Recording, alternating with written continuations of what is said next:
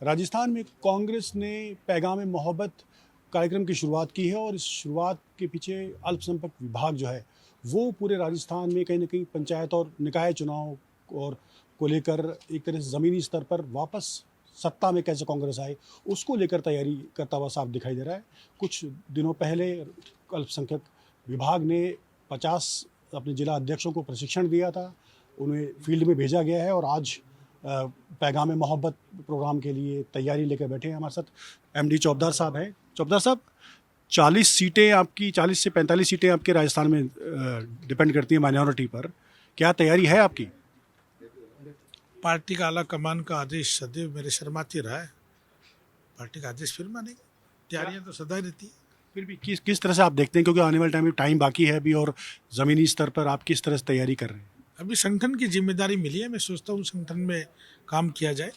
इसमें कोई दो राय नहीं है कि राजस्थान प्रदेश में कांग्रेस 2/3 बहुमत से सत्ता में लौटेगी और पूरे प्रदेश के लोग भाजपा की नीति से परेशान है, काम से परेशान है। क्या अब तक 2 साल में हुए हैं जो आपको लगता है कि बीजेपी ने गलतियां की हैं और कांग्रेस के लिए वो फायदेमंद होंगी? बीजेपी की गलती है, लेकिन कांग्रेस जमीन पे काम करती है।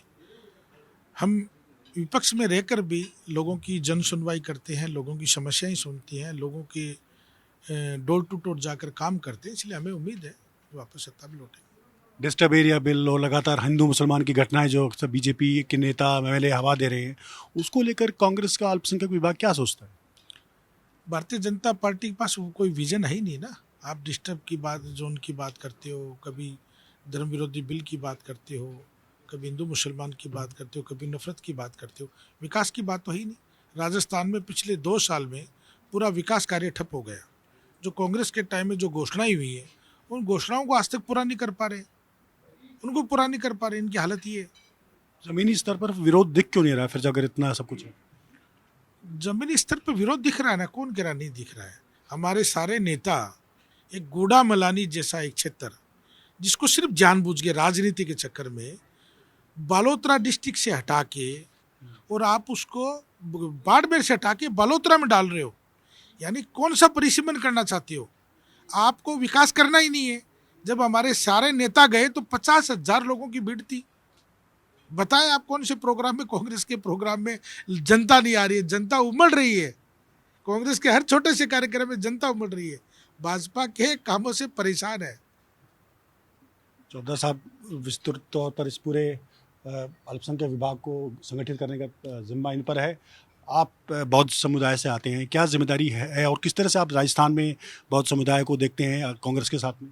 देखिए, मेरा नाम डॉक्टर नरेंद्र बौद्ध है और जिम्मेदारी की बात आती है तो हमारे आदरणीय अध्यक्ष जी हैं माइनॉरिटी के, तो जैसे निर्देश, जैसे आदेश मिलेंगे वो काम करेगा। और रही बात बौद्ध समाज की, तो बौद्ध समाज का देखा जाए तो 70 सालों का इतिहास देखा जाए तो बौद्ध समाज के साथ एक प्रेम का व्यवहार रहा है पार्टी से शुरू से लेकर अब तक का। और भाजपा का देखा जाए तो ये बिल ला के और अत्याचार करके अभी तक जो स्थिति पैदा कर रखी है ना माइनॉरिटी के लिए पूरे प्रदेश में, ना तो ईसाई लोग अपना चर्च में जा सकते, बुद्धिस्ट लोग अपने बौद्ध धर्मगुरु को बाहर से बुला के प्रवचन नहीं कर सकते। तो ये जो हमें प्रताड़ित किया जा रहा है, तो स्वाभाविक है जिस बच्चे को मारपीट करेंगे वो बच्चा कभी उसके गोद में नहीं जाएगा। कितनी, अब आप बौद्ध समुदाय के अगर आंकड़े देखें राजस्थान में तो किस तरह से देखते हो आप, कितने आंकड़े हैं और किन किन चीज़ों पर प्रभावित करते हैं सीटों पर? जी देखिए, टोटल हमारा जो हमारे बौद्ध समाज की जनगणना हमने अपने स्तर पे खुद करके रखी है, तो वो लगभग प्रदेश के अंदर 7 लाख की समथिंग हमारी ये जनगणना बौद्ध समुदाय की राजस्थान प्रदेश में है। तो स्वाभाविक है। सीटें को लोग प्रभावी या सब जगह? नहीं, पूरे हर जिले में हमारी इकाइयाँ हैं, हर जिले में लोग हैं हमारे, तो सब जिलों पे सीटें हैं तो उन पे बिल्कुल फर्क पड़ेगा। हमारे साथ सिख समुदाय के भी हैं जो अल्पसंख्यक विभाग में पदाधिकारी हैं। आपका नाम बताइए। नवनीत सिंह टुटेजा, सचिव पीसीसी। नवनीत जी, सिख समुदाय को अगर देखा जाए राजस्थान में तो कितने सीटों पर प्रभावित करते हैं या कितने वोट बैंक है जो कांग्रेस के साथ जुड़ा हुआ है? लगभग 14 से 15 लाख वोट बैंक है और तकरीबन 6 से 7 जिले जो हैं सिख बहुल्य हैं। गंगानगर हो गया, हनुमानगढ़ हो गया, कोटा बूंदी हो गया, भरतपुर हो गया, अलवर हो गया। और रहा सवाल है, जितना कांग्रेस पार्टी ने सिख कम्युनिटी को आगे बढ़ाया उसका एक ही सबसे बड़ा उदाहरण है 2 times doctor Manmohan Singh ji. BJP बतावे किस सिख को उन्होंने प्रधानमंत्री और राष्ट्रपति बनाया। कांग्रेस पार्टी ने तो इवन ज्ञानी जेल सिंह जी को भी राष्ट्रपति बनाया। तो सिख समुदाय तो कांग्रेस पार्टी के साथ है, था, रहेगा, क्योंकि कहीं ना कहीं हम लोग कुछ मांगते हैं, विरोध करते तो हमें खालिस्तानी की श्रेणी में डाल दिया जाता है, जबकि ये गलत है। प्रोटेस्ट करना तो हमारा अधिकार है। और जिस तरह से अभी ये जो चौबदार जी जो प्रोग्राम कर रहे हैं, उसका मकसद ही यही है कि जो हमारा धार्मिक सौहार्द है वो एक जाजम पे रहे और सब लोग भाई भाई की तरह व्यवहार करें। बहुत बड़ी बात आपने बताई। हमारे साथ आप तारन जी, किस तरह से आप इसको देखते हैं कि इस प्रशिक्षण को या कांग्रेस के ग्रास रूट पर ये जो नया प्रयास पैगाम मोहब्बत को किया गया? देखिए, कांग्रेस पार्टी एक पार्टी नहीं है, एक विचारधारा है। और ये विचारधारा मोहब्बत की है, सद्भावना की है और सामाजिक ताने बाने को हमेशा से जोड़ के रखने वाली विचारधारा है। गांधी जी ने जो संदेश, जिस अहिंसा के बलबूते पर देश को आज़ाद कराया था, आज जो विषम परिस्थितियां देश के सामने हैं, भारतीय जनता पार्टी द्वारा क्रिएट की जा रही है, इन विषम परिस्थितियों का हम लोग मुकाबला करेंगे और देश को, जो हमारी संस्कृति है गंगा जमुना सरस्वती की, उस संस्कृति को जिंदा रखने के लिए कांग्रेस का कार्यकर्ता अपने आप को मिटा देगा, लेकिन हमारी तहजीब को मिटने नहीं देगा। आप सुशील शर्मा जी, सुशील पारिक जी, किस तरह से आप देखते हैं कि क्या ये इस तरह से जब माइनॉरिटी के साथ में अगर ब्राह्मण समाज मिलता है तो किस तरह से फ़ायदा कांग्रेस को मिलेगा? देखिए, निश्चित रूप से मैं समझता हूँ कि ब्राह्मण समाज पहले भी कांग्रेस के साथ रहा है। बीच में अभी आपने देखा होगा कि स्वर्णों के लिए यूजीसी कानून लेकर के ये लोग आए, जिसकी कि किसी भी प्रकार से किसी भी समाज ने या किसी भी जाति ने डिमांड नहीं की थी, और उससे स्वर्णों को अलग करके एससी एसटी और ओबीसी को उन्होंने यूजीसी में डाला, ताकि जो समाज के छोटे छोटे खेमे हैं, छोटे छोटे खेमों में बांटकर अपनी राजनीति की रोटियां सेकने का काम भारतीय जनता पार्टी करती है। ना तो किसी समाज ने मांगा, ना किसी धर्म ने मांगा, लेकिन फिर भी इन लोगों ने यूजीसी को ये लोग लेकर के आए। मैं धन्यवाद देता हूं भारत की न्यायपालिका को, जिन्होंने उसको स्टे किया, और जो नुकसान भविष्य में होने वाले हैं उनको ये लोग नहीं देखते हैं। इनको वर्तमान में अपनी राजनीतिक रोटियां सेकने के लिए इस तरह के कानून लाने हैं। ये लोग कहते हैं कि हम स्वर्णों को साथ लेकर के चलते हैं, पहले स्वर्णों को साथ लेकर चल रहे थे, अब उनको ओबीसी और एससी एसटी के भाइयों से अलग कर दिया, तो किस तरह से ये साथ लेकर चलने की बात करते हैं। मैं समझता हूँ कांग्रेस पार्टी की विचारधारा है जो 36 कौम की बात करती है और सबको एक साथ लेकर चलने की बात करती है, तो उसी के तहत पैगाम। हमारे साथ क्रिश्चियन कम्युनिटी के वर्गीस जी भी मौजूद हैं, जैकब साहब भी हैं। जैकब साहब, आप किस तरह से देखते हैं राजस्थान में की पॉलिटिक्स में क्रिश्चियन कम्युनिटी को? जहाँ तक सवाल है, राजस्थान में हम जो है, हमारा पॉपुलेशन बहुत कम है, 0.14% है करीब। अगर 211 की जनगणना देखें तो करीब 96,000 के आसपास लोग पाए जाते हैं। और हम लोग का जो मेजर जो क्रिश्चियन हब है वो कोटा के पास पीपलदा है और अजमेर है, जहाँ पे जो है थोड़ी तादाद में हम लोग हैं। पर जब बात आती है हमारे राजनीति में हमारे इन्वॉल्वमेंट की और साथ ही हमारे अस्तित्व के बारे में, तो क्रिश्चियनिटी तो 2000 सालों से भारत देश में है सर। 2000 साल हो गए, हम 2014 से अस्तित्व में नहीं आए हैं।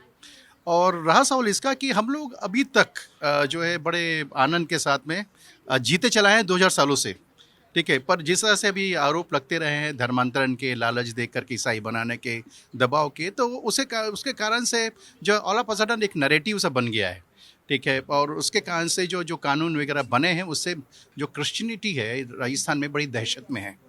और आपको बताना चाहूँगा, जो है हमारे तो 2000 के आसपास जो छोटे छोटे फेलोशिप, संगति, हाउस फेलोशिप्स होती थी, वो सारी बंद है। और डर के मारे तो क्या है कि घरों में प्रार्थनाएं भी लोग अब करना नहीं मांग रहे हैं, जो पहले हुआ करती थी। और हमारी प्रार्थनाओं में तो अमन चैन ही मांगते हैं।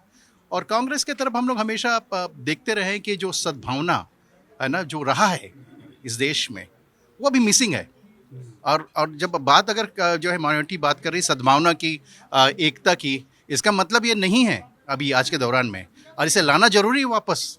और भारत देश तो इसीलिए जाना जाता की है। संख्या तो बहुत कम है, लेकिन क्योंकि कांग्रेस के साथ सीधा से क्रिश्चियन कम्युनिटी भी जुड़ी हुई है, किस तरह से आप लोग और समुदाय को कांग्रेस के साथ लाने का काम करें? एब्सोल्युटली, हम लोग जो है चूँकि शांति प्रिय लोग हैं और हमेशा हम लोगों का योगदान रहा है नेशन बिल्डिंग में, चाहे एजुकेशन हो, चाहे मेडिकल हो, इन क्षेत्रों में तो दूसरी कम्युनिटी तो हम लोग सेवा करते आए हैं, हमारे जितने भी क्रिश्चियन इंस्टीट्यूशंस, स्कूल्स, कॉलेजेस हैं, हॉस्पिटल्स हैं, वहाँ पे सभी कम्युनिटी को हम लोगों ने बिना किसी जातिवाद के, किसी वर्ग भेद के, भेदभाव के और रिलीजन के आधार पर कभी मिसट्रीट नहीं किया। उनको सबको मौका दिया है।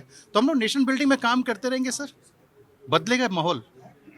जैन समुदाय भी हमारे साथ में है। कांग्रेस में जैन समुदाय की जो मौजूदगी है वो किस तरह से देखते हैं? नाम बताइए अपना।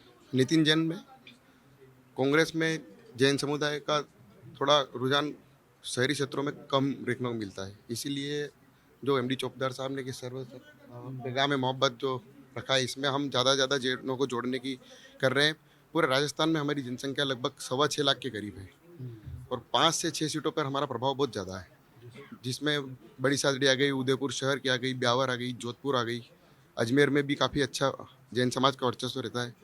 लेकिन 2014 के बाद जो ये नफ़रत की राजनीति मोदी सरकार और केंद्र सरकार ने की पूरे प्रदेश में और देश में, जिससे मध्य प्रदेश में, राजस्थान में, गुजरात में हमारे जैन साधु जब चलते हैं, श्रवण करते हैं, तब कई बार उनके साथ कई समुदायों के द्वारा मारपीट की घटनाएं सामने आई हैं, मंदिर तोड़ने की घटनाएं सामने आई हैं। तो इससे जैन समाज बहुत आहत भी हुआ है। अब जैन समाज का रुझान धीरे धीरे कांग्रेस की तरफ बढ़ने लगा है। इसी प्रकार से हम चल रहे हैं। कांग्रेस में को बीजेपी का जैन वोट बैंक तो बीजेपी का कहा जाता है, और उसमें अब जब आप कह रहे हैं कि कांग्रेस की तरफ रुझान उनका हो रहा है, तो एक टाइम था जब देश आज़ाद हुआ था तो आपके एमएलए 40 एमपीज उस वक्त थे, और आज एक भी सांसद जैनी नहीं है।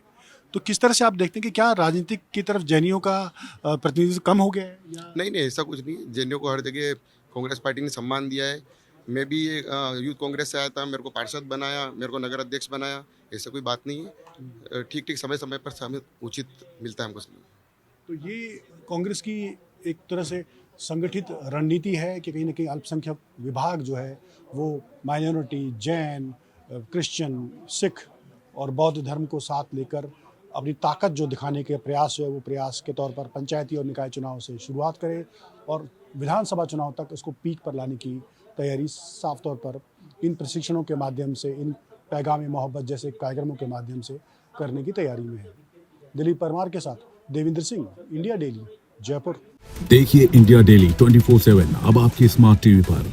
इंडिया डेली मौजूद है सभी डिजिटल प्लेटफॉर्म पर लाइव और लगातार। इंडिया डेली 24/7 हर दिन राष्ट्र को समर्पित।